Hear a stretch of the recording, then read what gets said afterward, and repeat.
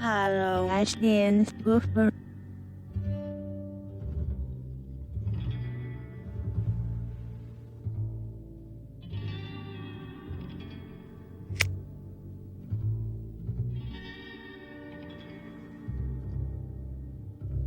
I'll see you again in 25 years. Meanwhile,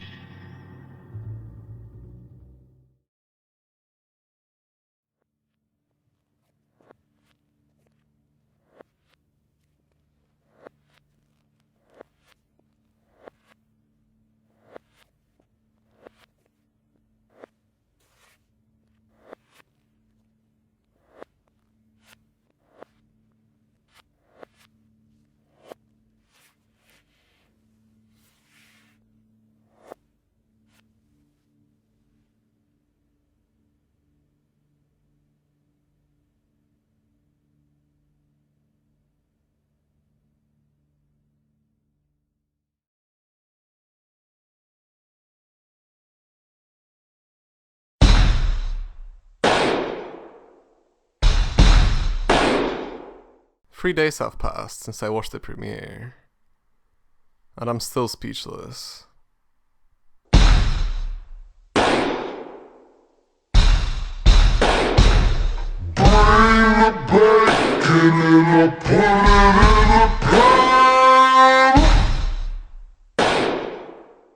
It's finally here. And you know what? I'm just gonna get into it. Holy shit, am I feeling ecstatic.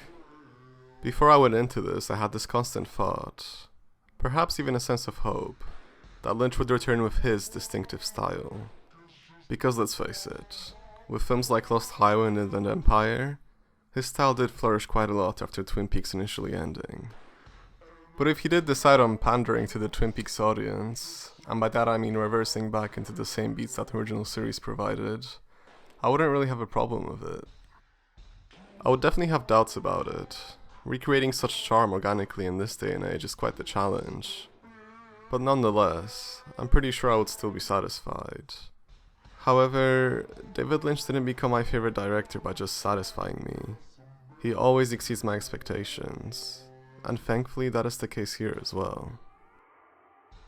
There is a reason why I mentioned Lost Highway and Inland Empire in particular, because I felt some very heavy vibes from those films here. And it is what I hoped for, but I didn't actually expect it. So you can imagine how pleased I was while experiencing all of this for the first time. I kept thinking to myself, holy shit, I'm basically watching a new David Lynch film right now. My dreams of seeing something equally as encapsulating and original as Inland Empire have finally been realized. And since this might very well be his last project, at least as far as film is concerned, which could potentially include TV, it feels appropriate. Especially as Twin Peaks was essentially begging to be revived ever since Fire Walk with Me. He did plan on making more films centered around exploring the Black Lodge after all, but unfortunately, due to people being dumb at the time, those plans had to be cancelled. Clearly now he actually has the opportunity to explore the Black Lodge more extensively, which is actually what I always wanted more of. The funny thing is, I discovered what Showtime was when the return was announced, and I just thought to myself, what is this, a streaming service? Why is this one in particular worthy of working with the master of surrealism himself? Well, they definitely proved to be worthy because they actually gave him creative freedom, which is another thing I was hoping for. It might not seem like it's asking for much, especially if you consider someone as respected as David Lynch, but you'd be surprised.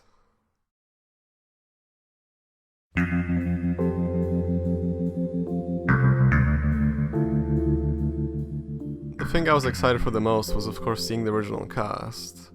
Some of them I was very pleased with. Carlos Stroiken as the Giant, or question marks, according to the credits, gracing us with his eerie presence made for a perfect opening sequence. Kyle MacLachlan not only being suave but also terrifying with his doppelganger. Catherine E. Coulson appearing briefly and thus providing easily the most touching moment.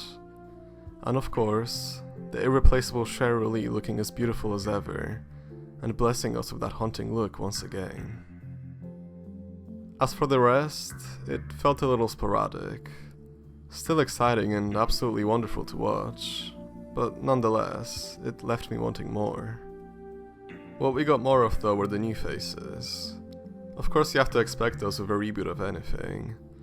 They received appropriately lengthy scenes, which is where those Lost Highway vibes were the most prevalent. I enjoyed these new faces quite a lot. Surprisingly, Matthew Lillard in particular, as his character intrigued me the most. But that's expected of any character that's linked to Bob. I wasn't there. But I had a dream that night. That I was in her apartment. So far, the direction in which the story is heading is incredibly intriguing. Dale Cooper's doppelganger being the most intimidating and ruthless in the history of Twin Peaks is definitely an interesting turn, especially given the contrast it creates with his real character. In terms of the overall tone, everything seems to be pretty well balanced. It's a nice mixture between the old and the new in regards to the whole Twin Peaks vibe. But it definitely leans more towards the new due to the predominantly darker and far more disturbing tone. It does feel appropriate though, as Twin Peaks started becoming much darker ever since Fire Walk with Me. And given the fact that there seems to be a bigger focus on exploring the Black Lodge now, this ominous and disturbing ambience feels very suitable.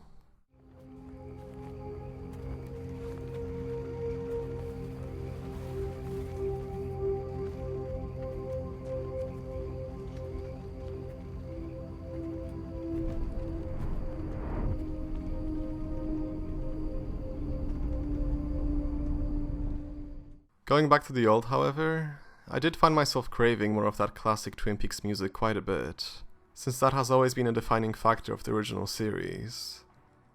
Chromatics replacing and also paying tribute to Julie Cruz felt very fitting and obviously had me very excited, as I always enjoy hearing them in my favorite films as well as just hearing them in general. Still, I would have loved hearing more of those quirky tunes that I fell in love with during the original series. Like in this scene for example. It would have felt so right with Ben Horne bickering with his brother years later. The soundtrack in general felt very minimal. It just didn't feel like a huge comeback from Angelo Badalamenti, at least in these first episodes. But at the same time, I understand the minimal use of it for the purpose of creating an unsettling atmosphere. Most of the soundtrack is very ambient and subtle, which definitely works for the effect of that Lynchian horror, slowly building up and as a result being as suspenseful as ever. The horror definitely did not disappoint.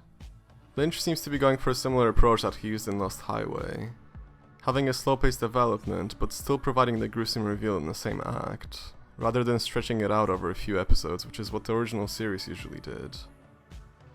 The visual effects also feel very Lynchian, and appropriate for what's attempted to be achieved here. So if I see anyone complaining that the visual effects feel like they're from the early 2000s and thus laughable, I swear I'm gonna smack a bitch. The style that's being crafted here is basically modernized Lynch with some of his older traits sprinkled in for good measure. He's definitely still experimenting a lot, which is always compelling to see. All in all, full of intrigue and Lynchian weirdness, which I always love. If you're a huge fan of David Lynch and you love films like Lost Highway, then you'll probably love this. But if you exclusively love Twin Peaks, then I can't guarantee that you'll get what you expect. Either way, it's definitely worth giving a watch. Anyway, that'll be all for today. Thank you for watching, and I'll see you in 25 years. Well, maybe sooner than that.